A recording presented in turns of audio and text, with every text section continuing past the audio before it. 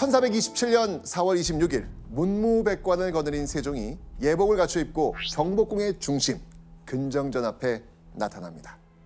이 근정전은요, 조선시대 국가의 중대한 의식을 치르던 건물이었습니다. 그런데 세종이 예복을 입고 근정전으로 나왔다. 이게 어떤 의미겠습니까? 특별 행사. 특별 행사. 특별. 그렇죠. 맞습니다. 이날 국가에 큰 경사가 있었다는 이야기죠. 이날의 경사는 바로 딴딴따단, 딴딴따단. 네, 왕실의 결혼. 이 결혼식의 주인공은 바로 귀한 맏아들이자 적장자인 문종이었습니다. 자, 이 세종은요, 세자빈을 맞이하러 가는 세자에게 덕담과 훈계를 하기 위해 근정전에 나왔던 겁니다. 오늘날까지도 존경하는 인물로 손꼽히는 세종은요, 당시에도 백성들에게 성군으로 칭송받는 왕이었죠. 이런 세종의 적장자가 결혼한다. 이 그야말로 정말 나라의 경사 아니겠습니까? 경사죠, 경사. 그런데 이 결혼이 굉장히 의미 있는 또 다른 이유가 있습니다. 오.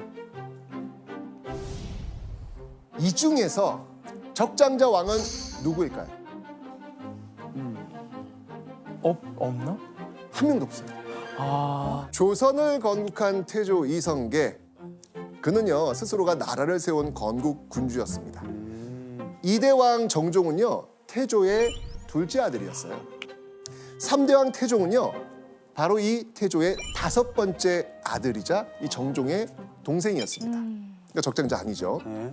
그리고 조선의 제4대왕 세종 역시 아니에요. 태종의 적장자가 누구였냐면 양녕대군이었거든요. 그런데 이 양녕대군이 세자에서 폐위된 후 형 대신 왕위에 오른 인물입니다. 네, 그러니까 조선 건국 이후 단 한 번도 적장자에 의한 왕위 계승이 이루어지지 않았던 겁니다. 그런데 문종은 적장자인 세자였습니다. 맞네요. 처음이네요. 처음. 그러니까 처음으로 적장자가 왕위를 잇는다면 유교적 가계 계승의 원칙, 즉 정통성 있는 적장자로 가계를 계승하는 종법이 지켜지는 그런 순간이었던 겁니다. 네, 유교 이념을 따르는 조선에서는요 정말 굉장히 상징적인 의미가 있는 일이었죠. 이 결혼이 조선과 세종에게 얼마나 중요했을까 느낌이 이제 오시죠? 아, 그렇죠. 자, 그렇다면요, 이 엄청난 의미의 결혼을 하게 될 주인공 세종의 아들 누구? 문종. 문종. 지금 궁금한데 혹시 여러분들 문종하면 어떤 이미지가 있으세요? 세종의 아들 문종.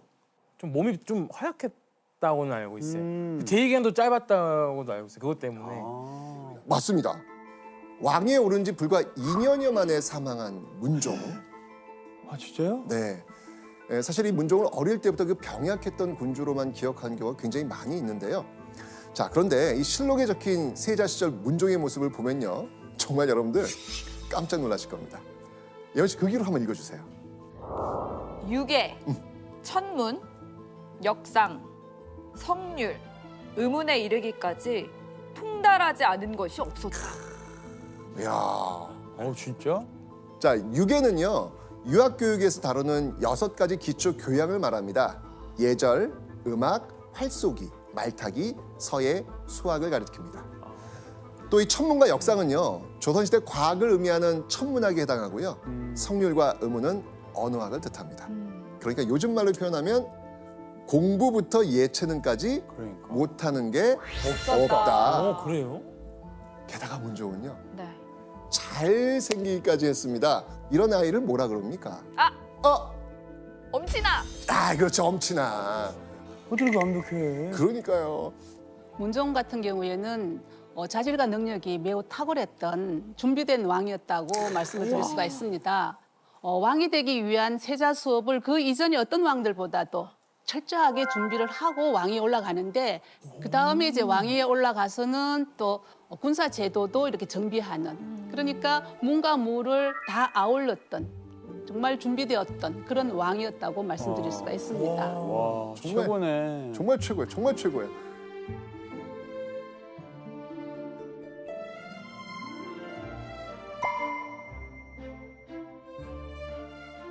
그러니까 이렇게 귀하디 귀한 아들이 결혼을 한다. 자, 그러니까 이 상대가 얼마나 중요했겠습니까? 맞네요. 세종은요 무려 3년이나 며느리감을 고르고 또 고릅니다. 자, 그렇게 신중하게 고른 문종의 배필이 바로 군대 최고 지휘관인 정삼품 상호군 김호문이란 인물의 딸이었습니다. 자, 그녀는요 세자인 문종과 결혼하면서 세자빈이 되었고요. 세종에게 휘빈이라는 호를 받아서 휘빈 김씨라고 불리게 됩니다.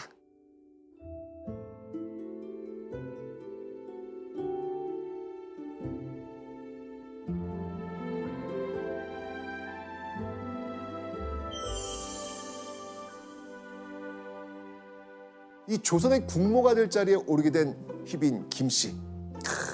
보세요, 지금 남편이 어떤 사람이에요? 정통성 있죠, 능력 있죠, 잘생겼죠. 정말 모두 인정받은 이 남편, 게다가 이 자애로운 성군 시아버지를 둔 휘빈 김씨의 결혼 생활. 예원 씨, 이런 남자, 이런 시아버지 만나시면 어떠시겠습니까?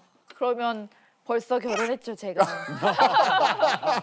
너무 좋을 것 같은데요? 완벽하네요. 오. 그런데 말입니다.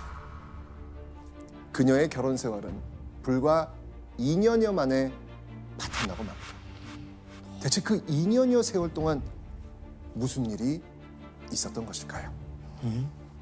세자 문종과의 그 부부 사이가 좋지 않더라도 만약 빨리 자식을 낳았다면 아마도 그 휘빈 김씨의 지위는 안정될 수 있었을 것입니다. 그런데 이 휘빈 김씨에게는 자식을 낳을 기회마저도 없었습니다. 당시 관행으로 대체로 이 성년으로 간주하는 15살 봄에 합방을 합니다. 휘빈 김씨와 결혼할 당시 문종의 나이는요 15살이 아니라 14살이었습니다. 아직 한 살 부족한 거예요. 게다가 결혼 후 1년쯤 지났을 때, 자 이쯤 되면 이제 합방이 이제 가능해지는 나이가 된 거예요. 15살. 네. 이때 휘빈 김씨의 할아버지가 세상을 떠나고 만 겁니다. 근데 왜요? 유교 예법에 따라서 이 휘빈 김씨는 1년 동안 할아버지 상을 치러야 했기 때문이죠. 이 상을 치르는 동안은 합방할 수가 없었습니다. 참아야 되는 거예요. 결국 이 결혼을 하고도 2년가량이나 합방을 할 수 없었던 것이죠. 이 남편인 세자가 자신에게 여성으로서 관심을 가지지도 않고 또 이 세자빈으로서 자식을 낳을 수 있는 상황도 아니고 어떤 심정이었을 것 같아요? 집 나가고 싶을 것 같아요. 그러니까 그 사이에 또 다른 분이 또 자식을 낳을 수도 있는 거잖아요. 자기는 아니니까 또 불안한 거죠. 그럴 수도 있지. 이 세자빈의 마음은 굉장히 좀 초조했던 거 아닐까 하는 그런 생각이 듭니다. 그러면 초조하지만 그냥 참고 기다리겠다. 세자가 올 때까지, 나를 찾아줄 때까지. 아니면 세자를 빨리 올 수 있게끔 적극적인 방법을 찾아보겠다. 네. 그런데 이제 이 세자빈은 후자를 선택한 것 같아요. 그래서 적극적으로 세자가 올 수 있는 방법을 찾아서 나는 아이를 낳을 것이다. 라고 아마 생각하지 않았을까 하는 그런 추측이 듭니다.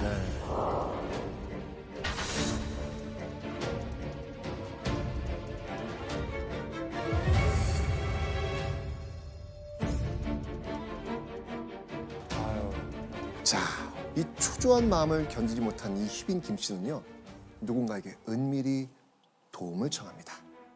그녀가 도움을 청한 인물은요 호초라는 이름의 궁녀였습니다. 이 궁녀 호초는요 양반과 첩의 딸이었는데요.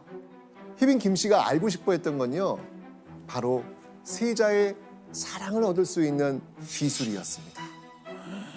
휘빈 김씨는요 어머니가 첩인 호초라면 뭔가 민간에 떠도는 그 남자의 사랑을 독차지하는 그런 첩들의 비법 요거 알고 있지 않을까? 이렇게 생각했던 것 같아요.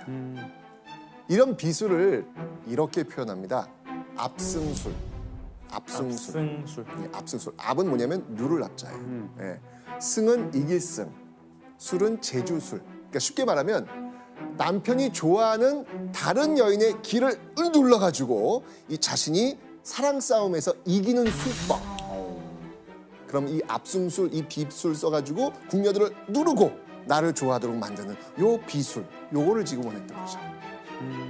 그래서 희빈 김씨는요, 세자빈이 절대 하면 안 될 비술에 손대게 됩니다. 호초는요, 희빈 김씨에게 조용히 비술을 알려줍니다. 뭐지? 그 비술은 무언가를 태워서 그 재를 술에 타서 세자가 마시게 하면 세자의 사랑을 받을 수 있다는 겁니다. 여기서 문제 갑니다.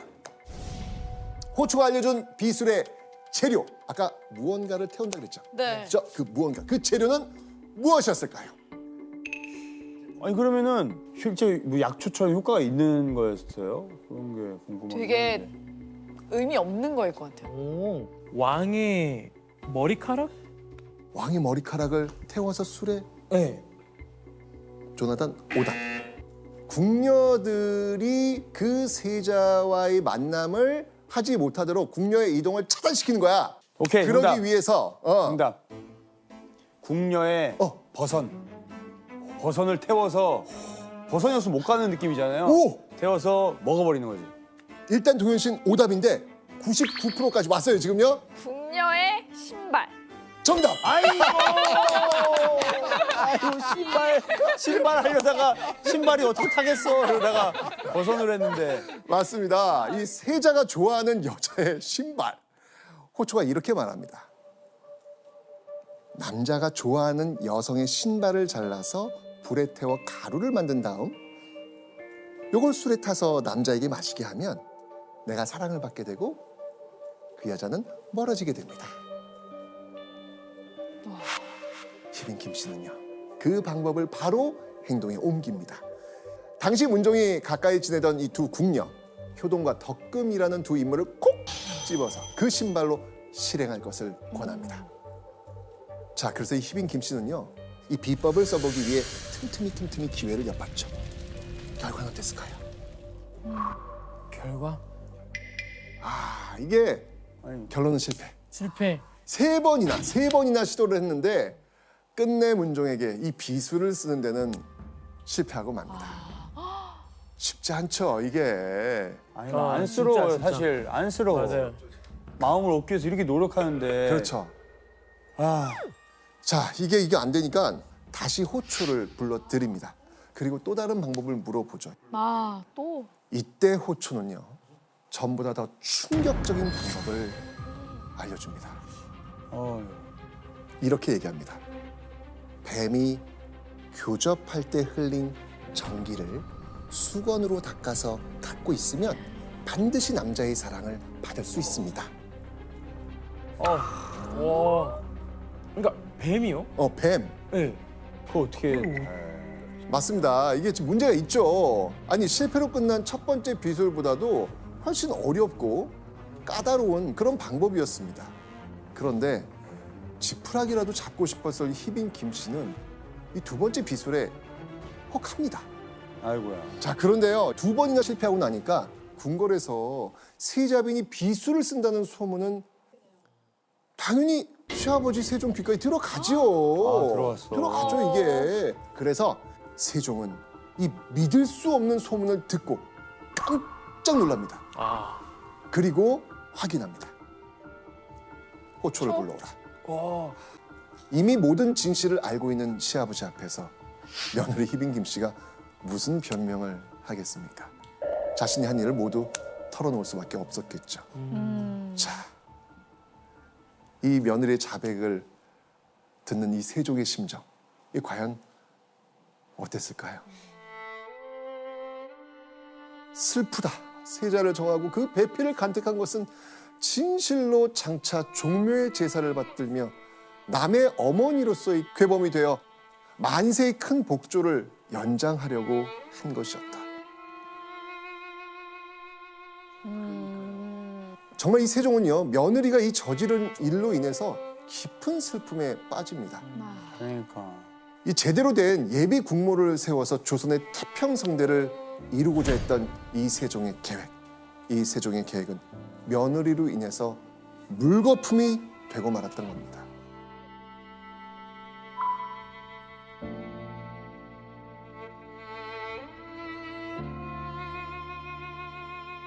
얼마나 가슴이 아팠겠어요.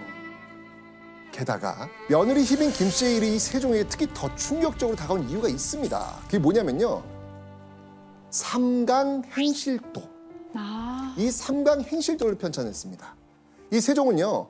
조선 초기 백성들에게 이 유교적인 윤리를 보급하기 위해서 정말 끊임없이 노력했던 그런 왕이거든요. 글을 모르는 백성들까지도 쉽게 배울 수 있도록 그림으로 만들어진 책이었습니다. 삼강행실도, 이 도가 그림 도자거든요. 백성들에게 올바른 이 유교적 관계를 가르치기 위해서 전 국민 배포용 교훈서까지 편찬한 세종. 그는 국가의 기반이 되는 이 유교 이념이 바로 서야 진정한 국가 성장이 이루어진다고 생각했던 왕이었습니다. 자, 여기서 잠깐 CJ 시네마에 나왔던 금별선의 별이별 문제. 자, 지금 잘 들으셨죠? 네. 자, 또 다시 이제 우리 동현 씨가 또 실력을 발휘하셔야 됐습니다. 조금 어려웠으면 좋겠습니다. 이제 알았으면 좋겠다. 아, 자, 함성 능력 검정 시험에 나왔던 별의별 문제 한번 보겠습니다.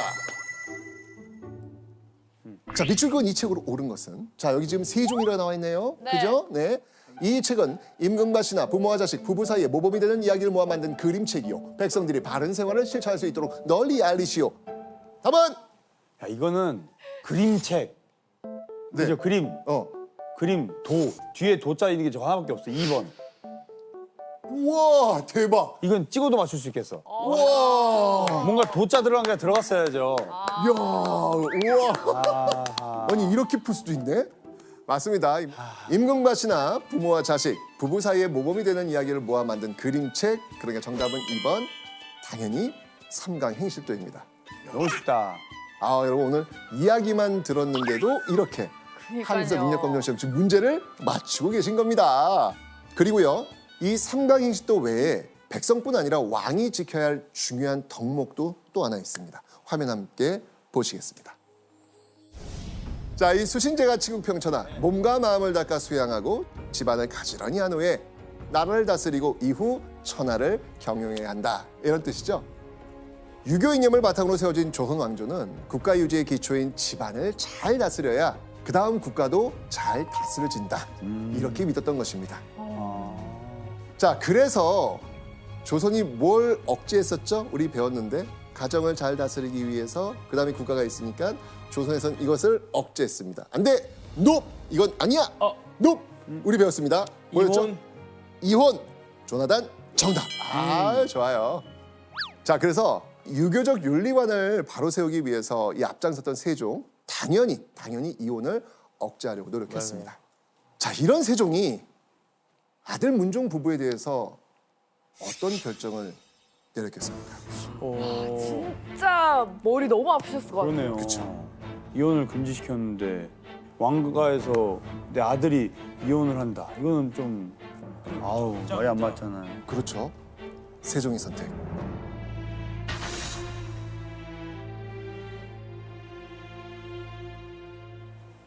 이혼. 우와. 말이 이혼입니다. 돼요 이게? 시아버지 세종은요, 희빈 김 씨를 서인으로 강등시키고요, 친정으로 돌려 보냅니다.